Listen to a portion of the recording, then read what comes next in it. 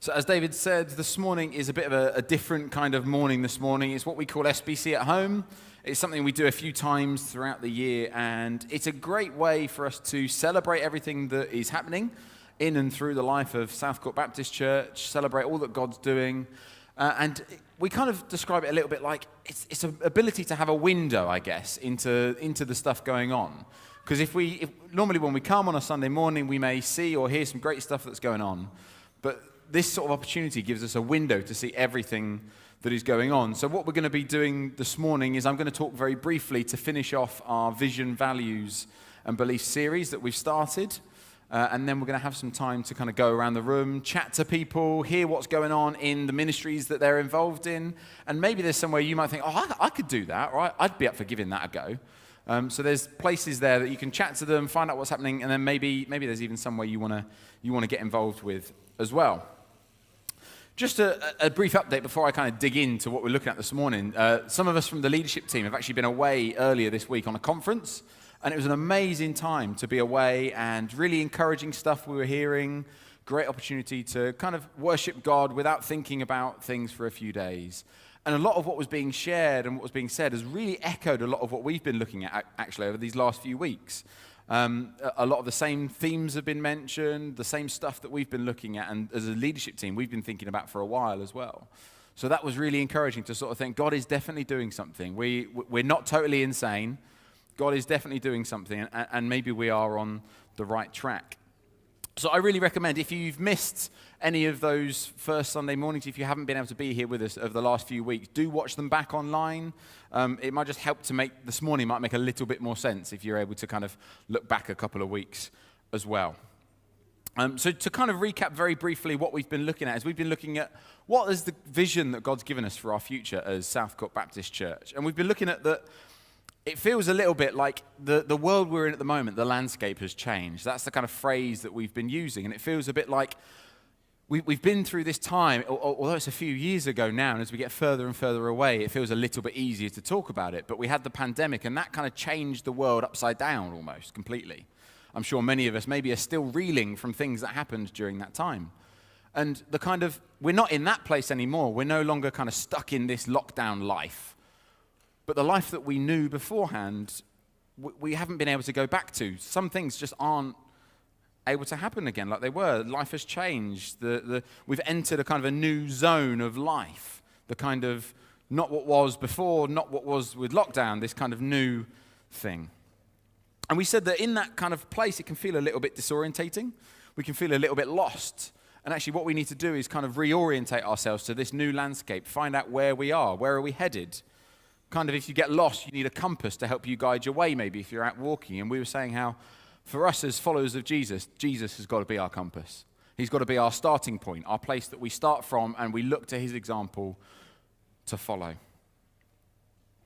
And maybe if you've scanned the QR code, you might have a digital copy. Maybe you've picked up a hard copy of this little booklet. And I just want to read out again to us. You're probably like bored of hearing it by now. But I just want to read out again to set us up for this morning of what is it that we believe God is calling us to. So why are we here? We exist to serve our local community. We want to be an ever-growing place of grace, hope, help, and healing in the heart of our community. In light of this, we want to see a neighborhood where the hungry are fed, the streets are safer. The next generation is thriving. The community is more united. Oppressions are being lifted. Minds, bodies, and souls are being mended. Relationships are flourishing. More laughter is heard. And the love, favor, and presence of God is felt. That's what we're aiming for. That's our big goal. That's what we're celebrating all about this morning. We're celebrating the stuff that we're doing, which we believe, with God's help, is going to help us see that be a reality. And this morning, we're kind of looking at the question of, what can we do to play our part in this? This is a big, audacious vision that we believe we've got for some of those things, to see some of those happen. And we believe that every person in this room, every one of you, has a place you can play your part in that. That's not just a throwaway line that it's like, oh, well, I'll say that because it will make people feel happy. We genuinely believe that every one of you has a place where you can play your part in this vision, where you can get your hands dirty, where you can come and have a go. We truly, truly believe that. And hopefully this morning, as I talk a little bit, maybe, but more importantly, probably as we go around and we chat to people and see what's going on, maybe you'll feel that either it's something you're already doing that's really exciting. It's like, yeah, I'm playing my part. I really feel this is how I can play my part, use my gifts. Or maybe there's somewhere this morning you think, maybe I could be doing something like that. Maybe I can give that a go. Maybe you'll be encouraged by everything else that's going on. Maybe you don't always get to see and hear what's happening. And really what we're talking about, this is one aspect of our wider lives as followers of Jesus. As we serve, as we use our gifts that God's given us, naturally we're shaped, we're changed, aren't we? We can't help but serve God in some way and come out the other side slightly different. As we engage with other people, as we do what Jesus has called us to do, we're going to be changed, we're going to be shaped, we're going to be renewed as we do that. So it's really exciting. Or at least I hope you're with me and you're finding it really exciting. And there's a passage of scripture that we keep coming back to. We shared about it on the first week we were looking at the Vision series. And I want to bring it up to us again today. I shared the first week. It was in Matthew's Gospel. It's also recorded in Luke's Gospel. And it's an encounter that Jesus has with somebody. It's on the screen there. If you want to follow along, it's in Luke chapter 10. If you've got a proper Bible with you, good on you. Well done. You can follow along there, Luke 10. Or if you've got a phone, then it's tap, tap, swoosh. Tap, tap, swoosh. That'll get you there. Okay. Luke chapter 10, verses 25 to 28. On one occasion, an expert in the law stood up to test Jesus. This is an expert in the law. This is a person who he knows what he's talking about here. He has studied the law of what God has told his people to do, how to live for ages. He says, "Teacher, what must I do to inherit eternal life?" Jesus replies to him, "What's written in the law? How do you read it?" He answered, "Love the Lord your God with all your heart and with all your soul, with all your strength and with all your mind, and love your neighbor as yourself." "Correct. You've answered correctly," Jesus replies. "Do this and you will live." So what we see there is an encounter Jesus has with a man who's probably trying to trip him up a little bit, and he's trying to make Jesus make a mistake here or there, or say something that's going to get him in trouble. And what Jesus is doing there, because again, Jesus is a Hebrew, he will have lived and known, he'll have known these laws as well. He'd have studied them himself growing up. So he's expanding on the law that they have in Deuteronomy, in the Old Testament, Deuteronomy chapter 6. Love the Lord your God with all your heart, with all your soul, with all your mind, with all your strength. And to love your neighbor as yourself. Jesus kind of says that this is the most important stuff in life. Love God and love your neighbor as yourself. Or to put it in a bit more of an easier way for us to remember, because the heart, mind, soul, strength can get a little bit long. As somebody described it recently that I was listening to, he describes it as, it's about loving and obeying God with our head. Oh, I missed a slide there. So about loving and obeying God with our head, our hands, and our heart. This is kind of like, this is like the simple stuff. Like if we remember nothing else about what are we here for? It's about loving God with our head, our hands, and our heart. So to break that down, there's a book here from the guy who kind of described it like that. And he says this. He says, a disciple of Jesus is called to use their mind to grow in knowledge of him, to use their hands to be active in serving him, and to be filled with the desire and passion for him in their heart. So that's what it means when we're saying we want to be followers of Jesus. What do we exist for? We exist to serve our community. And to do that, we want to love God with our head, our hands, and our heart. We want to make sure that we're well-rounded people. We don't want to be head-heavy and a bit sort of lopsided with our head, but our heart is small and our hands are small. We want to be well-rounded. We want to have big heads, big hearts, and big hands. And one of the ways that we do that as a church, as a Baptist church especially, is through something that we call partnership. If you've been around, especially in this church for a while, you'll have known that it used to be called membership. And we changed it to partnership because we really felt that the partnership explains that we all have a part to play in this vision, in the mission of what God is calling us to do. And if you've been around for a while, you're probably sat here going, oh dear, here he goes. I've heard this a load of times before. And if that is you here this morning, I'm really sorry. I'm going to do it again. But hopefully, if this is new to you, then this is going to be great. And if it's something you've heard a million times before, maybe there's something new in there for you that you didn't hear before. Or maybe there's something that maybe you just see it a little bit differently. And the way that we express what it means to be a partner with Southcourt Baptist Church is in 3 words. We call it like the 3 G's of partnership. It's all about gather, groups, and give. And I want to just break those down a little bit and look at each one in turn and what it means, how they help us to be well-rounded followers of Jesus, how they help us to live out our vision to serve our community. So the first one is gather. And this very simply, it's about coming and being part of the family, like you've done here this morning. Come and be a part of this thing. Be a part of the Southcourt Baptist Church family. That may be on a Sunday morning like we're doing now. Or it may be watching online. If you're unable to make it here in the room with us, you're still part of us this morning. Or maybe it's when we do partnership meetings throughout the year, we gather together in evening meetings throughout the year a few times to talk more detailed about some stuff, maybe finances or maybe a big decision that we've got to make. And what we do there is we want to collectively as partners gather together and go, yeah, I'm really excited about that. I love that. I'm well up for that. And it's a place where as partners we can kind of gather together. We know that everybody else in the room is like really up for this as well. Like they call Southcourt Baptist Church their home. They love it. They want to see its mission and the vision achieved. We want to see what God is going to do. It's about celebrating what God's doing and worshiping God as we gather together. So as we're doing this morning, we're worshiping God. We're saying, God, it's amazing what you're doing. And this morning we're going to have an opportunity to look at some of the stuff that is going on. It's a place and an opportunity for us to be recharged and to be energized, to be encouraged. I don't know about you, but I'm sure your Monday to Saturday is probably pretty exhausting. It's probably draining. It's probably really hard work to live out your life day to day. But as we gather together on a Sunday morning, it's a place we can be encouraged. We can see friends. We can encourage each other. And it's a place where we can make Jesus our collective focus together. We can kind of come back together and go, yeah, that's why. That's why I'm doing this following Jesus thing, because of this.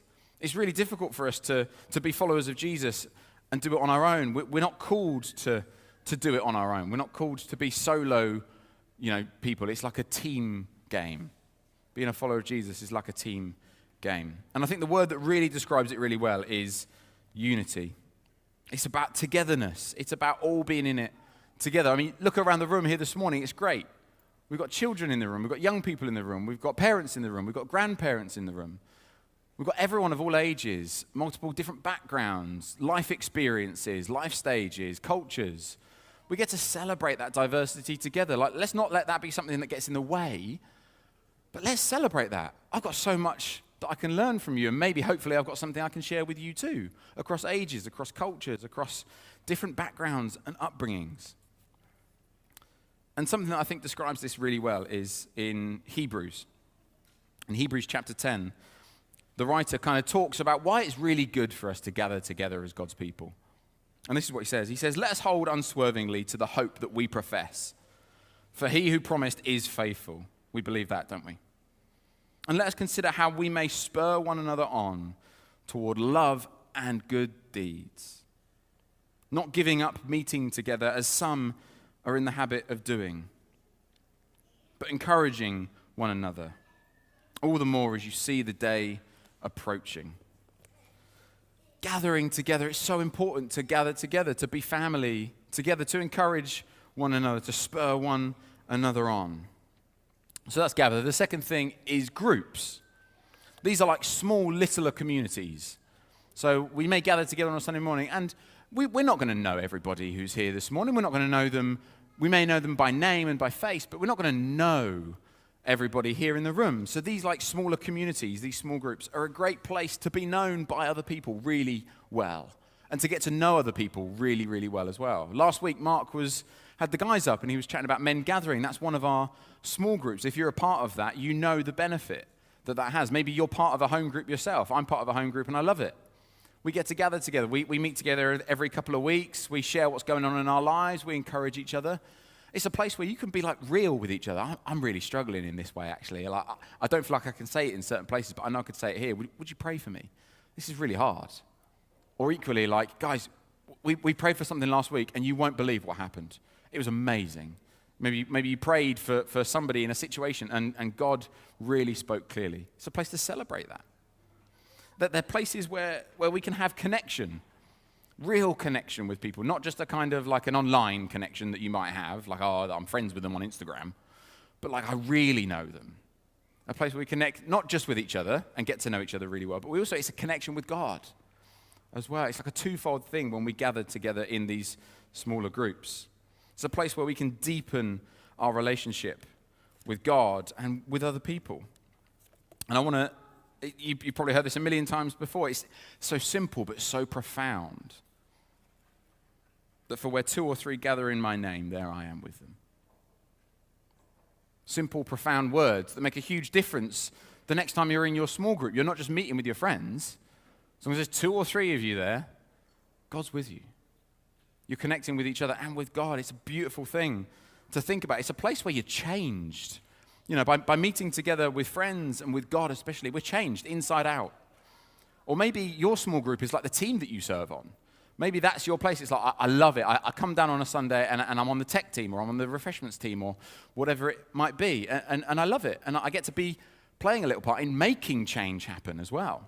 Not just being changed by doing what I'm doing, but I'm helping to make change happen as well. And who knows, you know, depending on your life stage, your personality, you might be part of multiple different groups. Or maybe you're a strong introvert and you're like, one is enough, thank you very much. Depends on what kind of person you are. But that's about groups. That's about being part of a group together. And the third thing is give. Now, I know what you're thinking. You're thinking, oh, here he goes. Money. That's a part of what we're talking about. But it's not just about financial stuff when we say giving. It's a part of what we're talking about, but it's not the whole thing. And the reality is just a quick, like, in case you didn't know this, because I didn't know this before I joined a Baptist church, that we are completely, like, self-sufficient.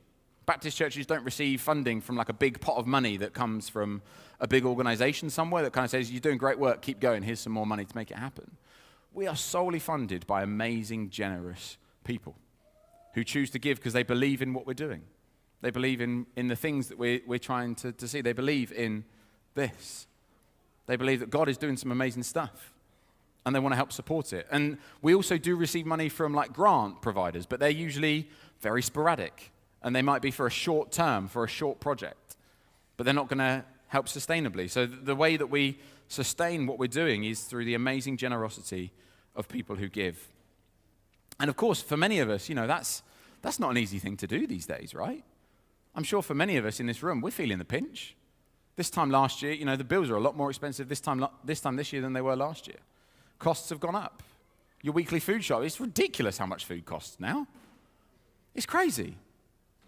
The overheads have gone up. Just trying to, you know, maybe you work from home. It's freezing working from home at the moment if you haven't got the heating on, but it costs a fortune to put the heating on. You've got to make a choice. And the reality is for us as a big organization, the same is true. Keeping, like the annoying, boring, basic stuff of keeping on the lights and the heat costs money, but so does paying the amazing staff who do what they do during the week. So does giving to the places where we give to, the work that we continue to try and do. Everything costs money. That's an unfortunate reality of life, as much as we wish it weren't so. And being in church, one of the things that I'm sure we all get used to is riding the roller coaster of faith when it comes to this. It's the up-down nature of life. There's periods of blessing, and it's amazing. And we've got to celebrate those. But then there's periods where, for whatever reason, the grant doesn't come in, or life is a bit more difficult. The costs have gone up, and how do we balance that? And maybe you are a kind of person, you love numbers. Maybe you love to budget. It's that time of year again, right? You know, it's the budget time of year is happening, and it's the same true for church. Budgets come out every year, talk about, you know, what we're expecting, what's happening. And if you're interested in that, there's going to be information about that coming out soon. It's that time of year. So look out for David and Mark are probably going to send something out in the not too distant future. And if you're interested in that, then on the board over there, there's a little flyer that says giving. You can look about how does it work? Maybe there's a way that I could. Maybe I can. But I don't want to put any pressure on anybody. That's not what I'm here to do. So that's one aspect of it. But it's not the whole thing. Out of that picture there, money is one out of three little circles. There's two other things that are also important about how we live our lives open-handed with what we've got and give it to God. It's about time as well. And I'm sure, as you know, time is a very precious commodity. It's a very finite commodity as well. We only have 24 hours a day. No matter what we do, no matter how slow or fast we go, we ain't going to get any more. But maybe it's about finding somewhere you can give a little bit of your time on a Sunday morning. If, like this morning, there's people here who are on the tech desk up there, even though they don't want me to point them out because I'm sure they like to hide up there, or the amazing people who've been serving donuts and coffee this morning, or welcoming us as we come in, or the people out in Life Kids, or up with the youth, whatever it is. If you're a person who you've done that before, you've done it before, maybe you're doing it now, you know how amazing it is. And can we just, this is really a bit putting them on the spot, but can we give everybody a massive round of applause that helps to serve in some way? Because it's amazing.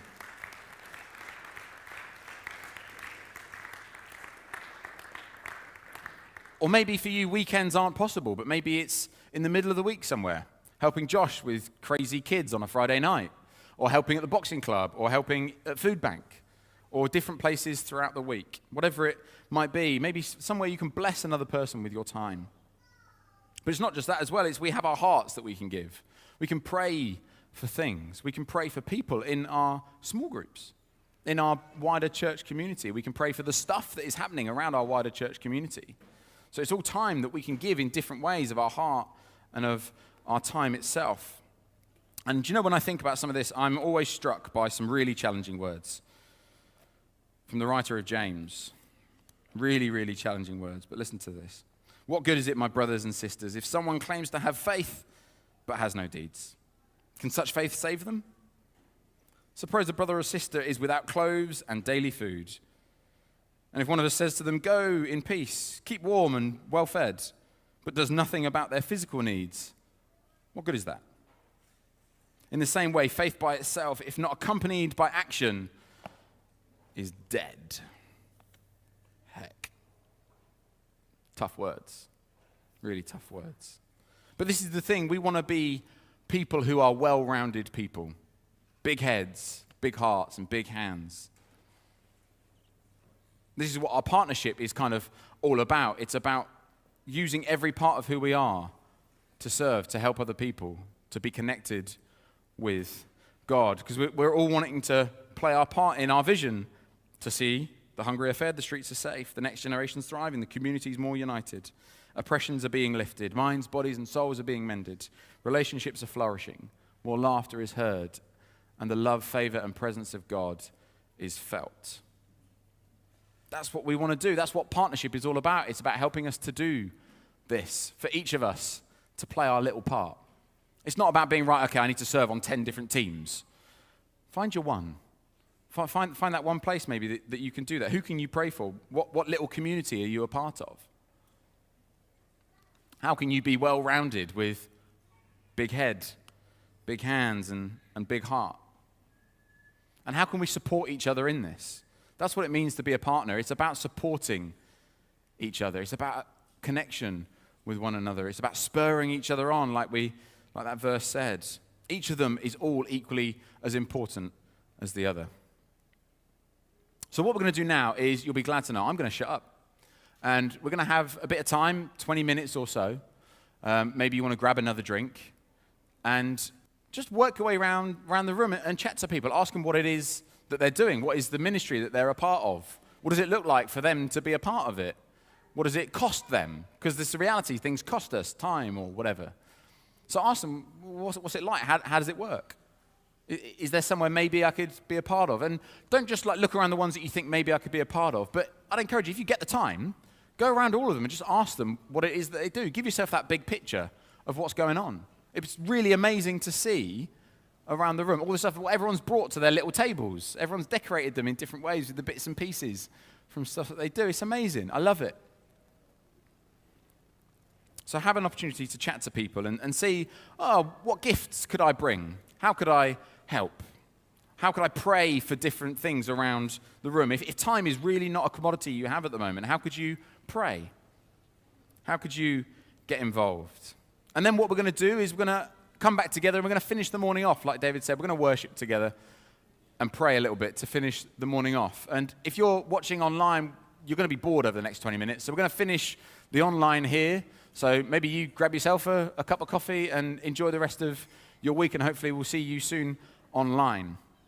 But those of us around the room, go grab a drink, have a chat to some people, find out what's going on, and then we're going to wrap things up in about 20 minutes or so. Give us enough time to really get around the room and chat to everybody that's there.